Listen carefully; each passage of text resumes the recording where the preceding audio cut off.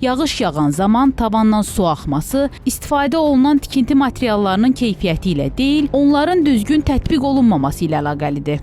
Pəncərələr inşa olunarkən bunlarda xüsusən də Abşeron yarımadasında, xüsusən də Bakıda, Sumqayıtda gərək pəncərələrdə çox gözəl binada fasadda izolyasiya olsun, pəncərələrin özlərinin gözəl izolyasiyası olsun. Yeni tikilmiş binalarda adi inşaat fizikasına fikir vermirlər. Hətta deyərdim ki, inşaat fizikasından çoxlarının heç anlayışı da yoxdur.